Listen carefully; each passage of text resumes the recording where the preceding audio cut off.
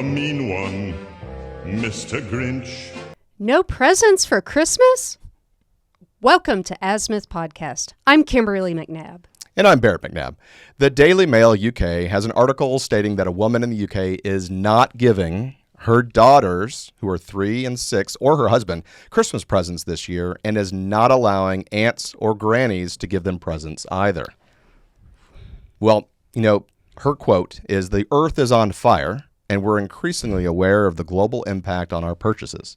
Okay. Well, of course, naturally, the aunt got upset, stating, "You want to strip the joy out of Christmas. Why should she have to?" And, and that kind of makes sense. I mean, good for you if you want to be vegan. Don't feed the rest of us vegan food or, anything like that. You want to be a gym rat, good for you, but don't make the rest of us do it and don't make the rest of us hear about it. So I don't bring up running unless I'm pretty sure people want to hear about it. Yeah, I think one of the things that she was saying was that the toys that the kids had gotten in the past didn't get a lot of use, and therefore, why get new toys?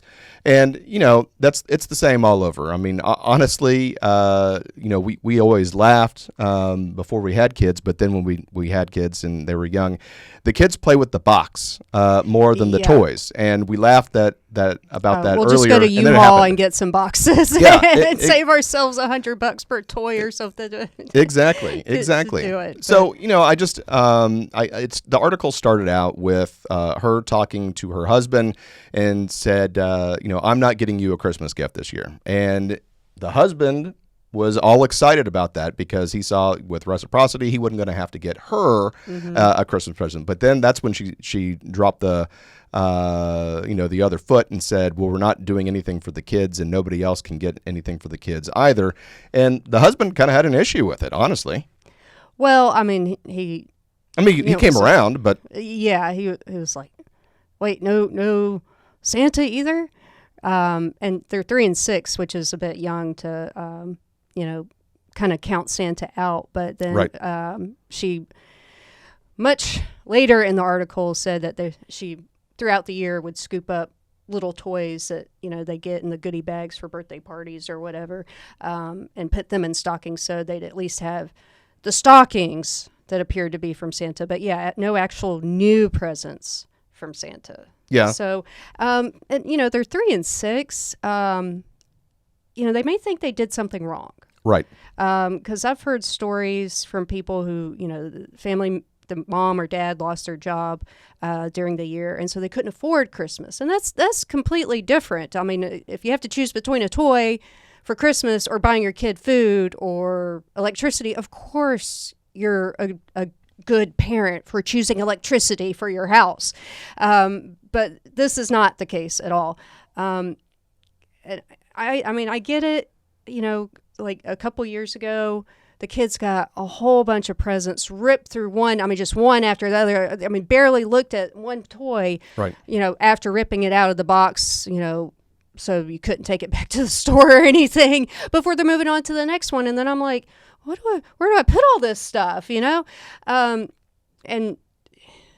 she, so, I mean, I get that mentality, and her daughters asked for like a violin and new bikes, and she's renting them instead of buying them, so that when they outgrow them or get tired of them, she can give them back. I'm like, you know what? That's actually pretty smart. That makes sense. I'm going to take that away. The bike might be a good idea if they... Well, especially the musical instrument idea, because... they get tired of things so quickly. Well, I played the string bass in middle school against my will. I wanted to play the cello because of Stringfellow Hawk and Airwolf, the television show in the 80s. And so I wanted to do that, but I was always the tallest kid in the class. And they said, "Look, you have to play the string bass because you're the only one that can." And my parents, they rented it. I got a flute in 6th grade, and I was terrible, so I only played that one year. And Yeah, my mom probably wishes that she had rented it because, I mean, what do you do with it afterwards? Right. Because And- people don't want something you're spitting in. And I actually have seen this, and really this article kind of jogged my memory a little bit, but I have seen this in the past, maybe a few years ago, where there are companies that do allow you to rent toys. And so what you do is you rent the toy. In fact, we did that with the Rice. Yes, the there was a playset. PlayStation, for like little toddlers, and it has Rice and all these sensory toys. And so, yeah, you rent it for a week, and And then you they give come it back, get and then they sanitize it, and then give it to the next person. They give it to the next person. And they do the same thing with toys. So you can play with toys, and obviously, if you destroy the toy, then you're going to need to pay for it. But if you gently use it, the kids play with the toys, and you give it back, and then they sanitize it and give it to the next family that wants to do it. And And there are other options out there. If you're worried about the planet, I mean, clothes. You have Goodwill and consignment stores and all these places for secondhand things. I go to Once Upon a Child here in Houston, and I'll get some really cute outfits sometimes, and then I sell, the clothes that our kids have not managed to completely destroy, and they do sell some used toys there. Goodwill sells used toys, and as far as packaging goes. We get some presents from relatives that come in these Amazon gift bags that are made out of cloth, and so we definitely reuse those. Yeah, and that we saves reuse us a those lot on wrapping paper. Well, yeah, it's not only does it save us a lot of money on wrapping paper, but then we're not, throwing that stuff in the landfills and things like that. So having a gift bag that can be recycled again and again, and same thing for the bows and things like that. We, we're not cheap, but it just that can add up really quickly. And I think that having the ability, to your point, Kimberly, earlier about the kids thinking that something's wrong. I mean, as a child, I remember you telling me a story that your mother would have you and your brother go through your items every year, and kind of things that you didn't play with. You'd either have a garage sale. And yeah, things every like that. every August before she went back to school shopping, and I wish we could manage to get that in place. But yeah, I mean, but that would be something that I think this woman could do is go through, and rather than no gifts because they don't play with them, go through and look at the things that they don't use, and then look at something that they do use. So she is doing a smart play on regifting a dollhouse that the 3-year-old's older sister outgrew 2 years ago, and she's regifting it, this dollhouse. And so for the 3-year-old, it'll be new, and the 6-year-old has probably forgotten about it. So I think that's not a terrible idea. Yes, it may seem cheap, but it'll work as a good gift for the kid. But she does have to be wary, especially the 6-year-old. She'll become more and more aware that they're getting something from an older sibling and it's being played off as a present, or their classmates are getting gifts and they're not. Mommy, is something wrong with us? Are we okay? Were we bad?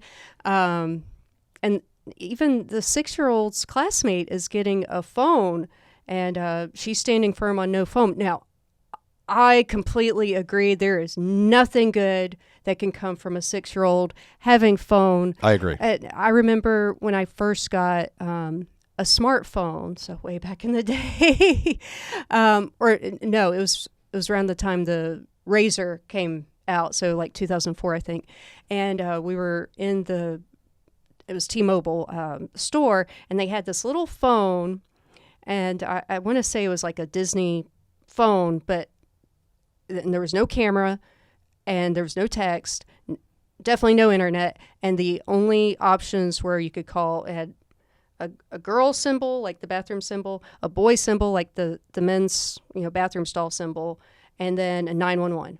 And that's all the kid could do on it. And so if you were going to get someone, say, under the age of 16 a phone, I think that is the only phone that they should have. So for child safety reasons, and just to have them do something other than stare at a screen while you're trying to talk to them, or get in trouble with class, or bully a classmate online. Sure. that would be Or the get only- bullied yourself. You know, Yes, somebody knows your exactly. phone number and sends you mean texts. And kids are just way too young. So that would be the closest thing if you could find one like that.